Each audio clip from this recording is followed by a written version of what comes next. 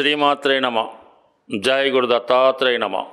ఈ వీడియోలో మనం ప్రస్తుతం గురువు యొక్క గమనంలో గురుగ్రహం నవంబర్ 12వ తారీఖు నుంచి అంటే 2025 నవంబర్ 12 నుంచి 11వ తారీఖు మార్చి 2026 వరకు కూడా గురుగ్రహం వక్రగమనం పొందడం జరుగుతూ ఉంది. అంటే గురువు మామూలు కన్నా వక్రగమనంలో ఉన్నప్పుడు అత్యంత శుభ ఫలితాలు ఇవ్వడం జరుగుతూ ఉంటుంది. సో మళ్ళా మనకి ఇదే గురువు అక్టోబరు 18వ తారీఖు నుంచి డిసెంబరు 5వ తారీఖు వరకు అంటే ఇంతంతా 2025వ సంవత్సరం అక్టోబర్ 18 నుంచి డిసెంబర్ 5 వరకు కూడా గురువు కర్కాటక రాశిలో సంచరించడం జరుగుతూ ఉంటుంది. అంటే అక్టోబర్ 18న కర్కాటకంలో ప్రవేశించిన గురువు నవంబర్ 12వ తారీఖున వక్రగమనం పొంది తిరిగి మళ్ళా మిథున రాశిలోకి ప్రవేశించడం జరుగుతుంది. సుమారుగా ఒక 50 రోజుల పాటు ఈ గురువు కర్కాటక రాశిలో తన ఉచ్చక్షేత్రంలో అత్యంత బలవంతుడై సంచరించడం జరుగుతూ ఉంటుంది. అంటే మొత్తం మీద పునర్వసు నక్షత్రంలోనే ఇదంతా జరుగుతుంది. పునర్వసు నక్షత్రం 3 పాదాలు మిథున రాశి యందు, 1 పాదం కర్కాటక రాశి యందు సంచరించడం జరుగుతూ ఉంటుంది. ఈ కారణం వల్ల ఏంటంటే గురువు ఈ సమయంలో మీకు కర్కాటకంలో గురువు ఉచ్చ పొందడం జరుగుతూ ఉంటుంది. ఏదైనా ఒక గ్రహం ఉచ్చక్షేత్రానికి వెళ్తున్నప్పుడు అత్యంత బలం పుంజుకొని తన యొక్క శుభ ఫలితాల్ని వివిధ రాశుల వారికి, గురుదశ జరుగుతున్న వాళ్ళకి, గురువు యొక్క అంతర్దశ జరుగుతున్న వాళ్ళకి అనుకూలంగా ఇవ్వడం జరుగుతూ ఉంటుంది. సో అయితే ఇప్పుడు ఈ గురుగ్రహ ప్రభావం ఏ రాశి వారి మీద ఏ విధంగా ఉంటుందో తెలుసుకునే ముందుగా ఇక్కడ చిన్న మళ్ళీ లాజిక్ కూడా ఉందన్నమాట. ఈ ప్రస్తుతం ఈ రాహుగ్రహం గురువు యొక్క నక్షత్రం అయినటువంటి పూర్వభాద్ర నక్షత్రంలో సంచరించడం జరుగుతుంది. ఇంచుమించుగా ప్రస్తుతం పూర్వభాద్ర నక్షత్రం మీద ఉంటూ నవంబర్ 23వ తారీఖు వరకు అంటే నవంబర్ 23, 2025 సంవత్సరం వరకు ఈ గురువు యొక్క మరొక నక్షత్రం పూర్వభాద్ర నక్షత్రం మీద సంచరించడం వల్ల ఆటోమేటిక్గా గురువు ఈ రాహు యొక్క ప్రభావానికి లోనవడం జరుగుతూ ఉంటుంది. సో రెండు కూడా ఈ విధంగా ఒక కోణ దృష్టి ఈ గురువు మరి ఈ రాహు మళ్ళీ ఏర్పడడం వల్ల గురువు రాహు యొక్క ప్రభావానికి లోనవడం వల్ల కొన్ని ఫలితాలు జాతకుడికి అనుకూలంగా ఇవ్వడం జరగదు. అయితే 1-2 సార్లు ప్రయత్నం చేయడం వల్ల జరుగుతూ ఉంటుంది. కొన్ని కార్యక్రమాల్లో అంటే రాహుకి అనుకూలంగా ఉన్నటువంటి కార్యక్రమాల్లో గురువు మనకి అనుకూల ఫలితాలు ఇవ్వడం జరుగుతూ ఉంటుంది. ఏదైనా గురువు ఒక భావంలో ఉన్న ఒక స్థానంలో ఉన్న ఆ భావాన్ని ఎక్స్పాండ్ చేయడం జరుగుతూ ఉంటుంది. ఆ భావాన్ని బాగా పెంచుతూ ఉంటాడు అనమాట. అంటే ధనస్థానంలో ఉంటే బాగా ధనవంతుని చేస్తాడు, సంతాన స్థానంలో ఉంటే ఎక్కువ సంతానాన్ని ఇస్తూ ఉంటాడు. సేమ్ రాహు కూడా అదే పద్ధతి.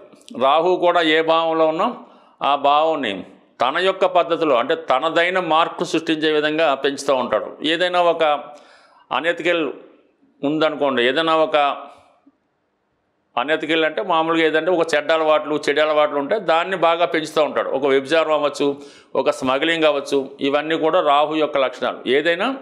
రాహు ఏదైనా ఒక విషయాన్ని విపరీతంగా పెంచి మళ్ళీ సడన్గా దానివల్ల డౌన్ఫాల్ ఇస్తూ ఉంటాడు.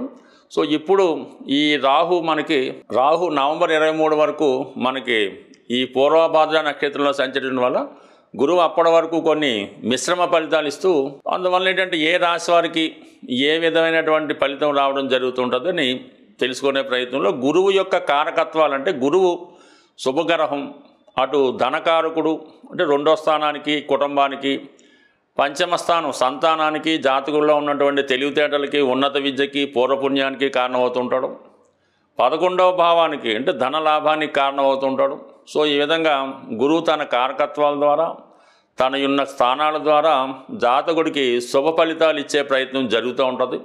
సో ఏదైనా ఒకే నక్షత్రంలో అంటే గురువు యొక్క నక్షత్రం ఏంటంటే పునర్వసులో ఈ 310 రోజులు అతి రేరుగా సంచరించడం జరుగుతూ ఉంటుంది. అంటే ఏదన్నా పునర్వసు నక్షత్రం అంటే చాలా బలమైన నక్షత్రం అన్నమాట. అంటే ఏదైనా ఒక ప్రాంతం కానీ ఒక వ్యక్తి కానీ ఒక వంశం కానీ ఏదైనా దారి తప్పుతున్నప్పుడు అక్రమ మార్గాల్లో వెళ్తున్నప్పుడు తన యొక్క ఉనికిని కోల్పోతున్నప్పుడు ఈ పునర్వసు నక్షత్రంలో ఆ కుటుంబంలోనో ఆ ప్రాంతంలోనో ఎవరో ఒకరు జన్మించి దాన్ని అంతా కూడా మళ్ళా తిరిగి కొత్తగా సామ్రాజ్యాన్ని స్థాపించడం, సస్యశ్యామలం చేయడం, అంతరించిపోతున్నటువంటి ఆ వంశ గౌరవాన్ని తిరిగి నిలబెట్టడానికి ఈ పునర్వసు నక్షత్రం కారణమవుతుంటుంది. అంటే పునర్వసు నక్షత్రం అన్నది ఏంటంటే తిరిగి సాధించడం అన్నమాట. అంటే పోగొట్టుకున్నటువంటి ప్రతిభని సాధించుకోవడం జరుగుతూ ఉంటుంది.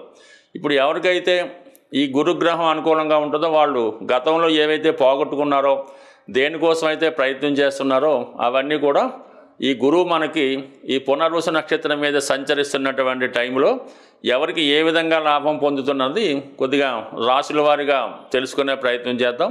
సో ఏదైనా ఈ డేట్లు ఇవన్నీ కూడా 1-2 సార్లు మీరు విని జాగ్రత్తగా గమనిస్తే అటు జ్యోతిష విద్యార్థులకి, జ్యోతిషంలో కొత్తగా ప్రవేశిస్తున్న వారికి, అలాగే మంచి ప్రయత్నాలు చేద్దామని ఎదురు చూస్తున్న వాళ్ళకి కూడా ఈ యొక్క వీడియో మీకు బాగా ఉపయోగపడుతుందని ఆశిస్తూ కొద్దిగా డీటెయిల్గా, కొద్దిగా పెద్ద వీడియో అయినా డీటెయిల్గా చెప్పడం జరిగింది. బట్ ఏదైనా శాస్త్రం మీద అభిమానం ఉన్న వాళ్ళకి, కొద్దిగా మైండ్ పెట్టి వింటున్న వాళ్ళకి ఇది ఖచ్చితంగా ఉపయోగపడుతుంది. మరి మీనరాశి వారికి గురువు రాశ్యాధిపతిగా సొంత నక్షత్రం మీద ప్రయాణించడం అన్నది ఈ రాశి వారికి మరి గురువు ఇచ్చే ఫలితాలు కంప్లీట్గా పొందడం జరుగుతూ ఉంటుంది. అంటే ముందుగా దశమ భావ ఫలితాలు ఒకటి మీకు బాగా రావడం జరుగుతుంది. అలాగే రాశ్యాధిపతి ఫలితాలు, అలాగే చతుర్థం, ఇవన్నీ కూడా మీకు ముఖ్యమైన కేంద్రాలు యాక్టివేట్ అవుతాయన్నమాట. అయితే ప్రస్తుతం ఈ గురువిచ్చే శుభ ఫలితాలు రావాలంటే రాశి యందు శని భగవానుడు ఉన్నాడు. ఇంచుమించుగా ఈ టైం అంతా కూడా శని మీన రాశిలోనే ఉండడం జరుగుతూ ఉంటుంది. అయితే ఏంటంటే మీరు ముందు మిమ్మల్ని మీరు సంస్కరించుకోవాలంటే గురువుని మీరు రెమెడీ చేసుకొని, అంటే శనిని, అంటే రాశి యందు శని జన్మశని జరుగుతుంది కాబట్టి గురువిచ్చే మంచి ఫలితాలు పొందాలంటే ముందుగా మీరు రాశిలో ఉన్నటువంటి శనిని పరిహారం చేసుకొని శనిని కంట్రోల్ చేసుకుంటే గురువిచ్చే మంచి ఫలితాలు పొందగలుగుతారు. అంటే శనిని కంట్రోల్ చేసుకోవాలంటే అది మిమ్మల్ని మీరు కష్టపడవలసి ఉంటుంది. ముందుగా మీ యొక్క యాక్టివిటీసు దైనందిన జీవితంలో మార్పు రావాల్సిందే. కంప్లీట్గా 5 గంటలకు లెగడం, వాకింగ్ చేయడం, దాని తర్వాత ఆ రోజులో ఎప్పుడు పని అప్పుడు పూర్తి చేసుకోవాల్సి ఉంటుంది. విద్యార్థులు కానీ, పెద్దవారు కానీ, వృద్ధులు కానీ ఏ కార్యక్రమం అప్పుడు పూర్తి చేసుకోవడం, కంప్లీట్గా దేహాన్ని కష్టపెట్టే ప్రయత్నం చేయాలి. అంటే ఏదైనా తన పనులు సాధ్యమైనంత వరకు సొంత పనులను తనకు తానే చేసుకోవడం, ఏదో కొంత వాకింగో రన్నింగో చేయడం, ఫిజికల్ ఎక్సర్సైజ్ చేయడం, ప్రాణాయామం యోగా చేయడం, ధర్మాన్ని పాటించడం, నిజాయితీగా ఉండడం, అంటే ఏదైతే ఇవన్నీ మనం పాటించవలసిన నియమాలు ఉన్నాయో అవన్నీ పాటిస్తే ఆటోమేటిక్గా శని మీకు కంట్రోల్లో ఉండి మిమ్మల్ని ప్రోత్సహించడం జరుగుతుంది. ఎప్పుడైతే శని ఆటోమేటిక్గా మీకు ఫేవర్గా మారాడో గురువిచ్చే ఫలితాలు మీరు ఆటోమేటిక్గా పొందుతారు. ఇవంతా కంట్రోల్ అయితే మీకు ముందుగా మిమ్మల్ని ఆరోగ్యవంతంగా మారుస్తాడు, బద్ధకం నుంచి బయటపడతారు, వచ్చిన శుభ ఫలితాలు పొందుతాయి, సంఘంలో గౌరవప్రదమైన హోదా పొందుతారు. గతంలో పోగొట్టుకున్నవి ఏవైనా అంటే భార్య దూరం అయితే భార్య తిరిగి వస్తుంది, పిల్లలు దూరం అయితే వాళ్ళు తిరిగి వస్తారు, ఉద్యోగం పోగొట్టుకుంటే ఉద్యోగం తిరిగి వస్తుంది, రుణాల నుంచి బయటపడతారు. మంచి అలవాట్లతో ఉండడం వల్ల ఏమవుతుందంటే ఆటోమేటిక్గా సంపాదించిన ధనం ఏం చేయాలో తెలియదు అన్నమాట. ఆ విధంగా మీ దగ్గర ధనం నిల్వ ఉంటుంది. ఏదైనా వచ్చిన సంపాదన వేరే వ్యసనాలకో దానికో దీనికో పోతుంటే డబ్బులు కనబడవు. కాబట్టి ముందుగా మీరు ఆ బలహీనతలని తగ్గించుకుంటే ఈ ఫలితాలు మీకు ఆటోమేటిక్గా వచ్చి కొద్ది రోజుల్లోనే ఇంప్రూవ్మెంట్ రావడం జరుగుతుంది. విద్య అయినా అంతే, డబ్బు అయినా అంతే. ఇంకా దశమ భావం కంప్లీట్గా దశమ భావం యాక్టివేట్ అవుతుంది. మరి గురువు కూడా దశమాన్ని చూస్తున్నాడు కాబట్టి ఉద్యోగంలో అభివృద్ధి కలుగుతుంది, పెద్దవారు సహకరిస్తారు, అలాగే ఆదాయం కూడా 1-2 సార్లు పెరుగుతుంది. అటు కొత్తగా ఉద్యోగ ప్రయత్నం చేస్తున్న వాళ్ళకి ఉద్యోగం వస్తుంది, ఉద్యోగపరమైన అభివృద్ధి వస్తుంది, ఏదో ఒక కార్యక్రమం చేపడుతుంటారు అన్నమాట. అంటే కర్మస్థానం యాక్టివేట్ అవుతే మనం ఎందుకు ఈ భూమి మీద జన్మ తీసుకున్నాం, మన బాధ్యత ఏంటి అది నిర్వహిస్తారన్నమాట. అంటే తల్లిదండ్రులని పెంచి పోషించడమా, లేదంటే వారి మంచి చెడ్డలు చూడడమా, లేదంటే మనం కుటుంబాన్ని పోషించడమా, అలాగే పిల్లల్ని అభివృద్ధిలోకి తీసుకురావడమా, ఏదైతే మనకు బాధ్యత భగవంతుడు అప్పు చెప్పాడో దాన్ని పూర్తి చేయడానికి ఇప్పుడు ఈ గ్రహస్థితి మీకు సహకరించడం లభిస్తుంది.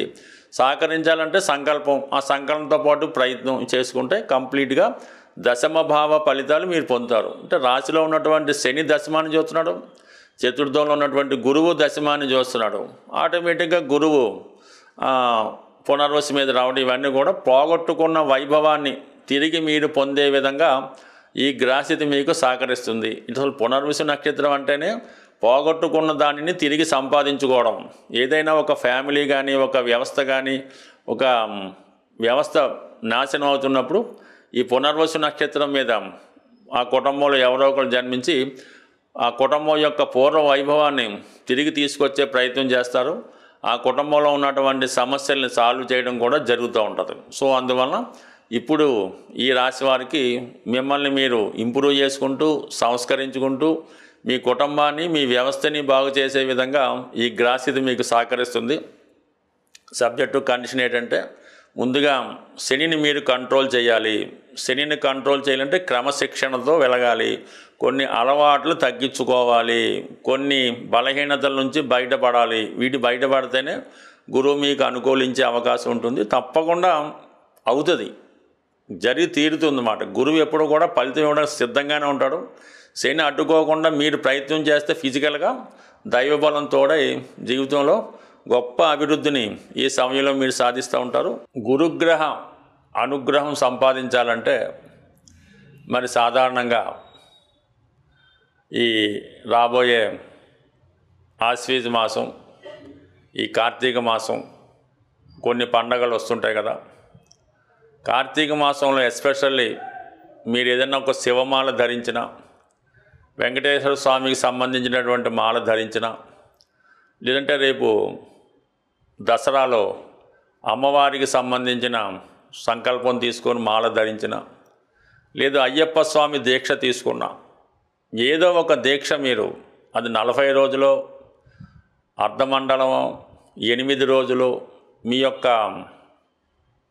సంకల్పాన్ని బట్టి, భగవంతుడు మీకు ఇచ్చిన అవకాశాన్ని బట్టి ఇటువంటి దీక్ష మీరు చేయడం వల్ల మీకు గురువు యొక్క అనుగ్రహం తొందరగా లభించే అవకాశం ఉంది. సాధారణంగా గురువు అటు మీ యొక్క కుల గురువును కానీ, ప్రస్తుతం మనకు ఉన్నటువంటి దత్తాత్రేయుడు, రాఘవేంద్ర స్వామి, సాయిబాబా వారు, అంటే ఎవరి నమ్మకం వాళ్ళది, ఆ గురువుని సేవించడం, లేదు తల్లిదండ్రులను సేవించడం, విద్య నేర్పిన గురువుని సేవించడం, దానివల్ల మీకు గురువు యొక్క అనుగ్రహం లభిస్తుంది. చాలా సింపుల్గా ఒక మంచి పసుపు కొమ్ము తీసుకొని, అది మీరు వ్యాపారస్తులైతే మీరు క్యాష్ బాక్స్లో పెట్టుకోండి, అలాగే ఒక పసుపు కొమ్ము మీ పాకెట్లో పెట్టుకోండి, లేదంటే అది దండకి కట్టుకోవడం వల్ల కూడా, అంటే పసుపు కొమ్ము మీ దగ్గర ఉండడం వల్ల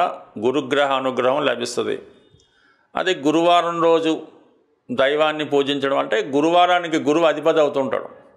ఆ గురువారం రోజు మీరు ఏ దైవాన్ని పూజించినా ఆ సంకల్పం మీకు రావడం జరుగుతూ ఉంటుంది. బట్ ఏదైనా గురువు యొక్క అనుగ్రహం పొందాలంటే ఎక్కువగా పసుపు వాడటం, పసుపు రంగు వస్త్రాలు ధరించడం, అలాగే పసుపుతో చేసినటువంటి వినాయకుడిని ప్రతిరోజు పూజించుకోవడం వల్ల కంప్లీట్గా మీకు గురువు యొక్క అనుగ్రహం లభిస్తూ ఉంటుంది.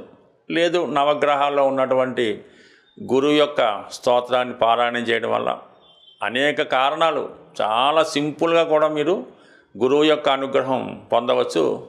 కేవలం విఘ్నేశ్వరుని గరికతో అర్చించడం వల్ల అయితేనే, వెంకటేశ్వర స్వామిని తులసి దళాలతో పూజించడం వల్ల అయితేనే, శివుణ్ణి శుభ్రమైనటువంటి గంగాజలంతో అభిషేకం చేయడం వల్ల అయితేనే, సో ఏ కార్యక్రమం చేపట్టినా కంప్లీట్గా మీకు గురుగ్రహ అనుగ్రహం లభిస్తుంది.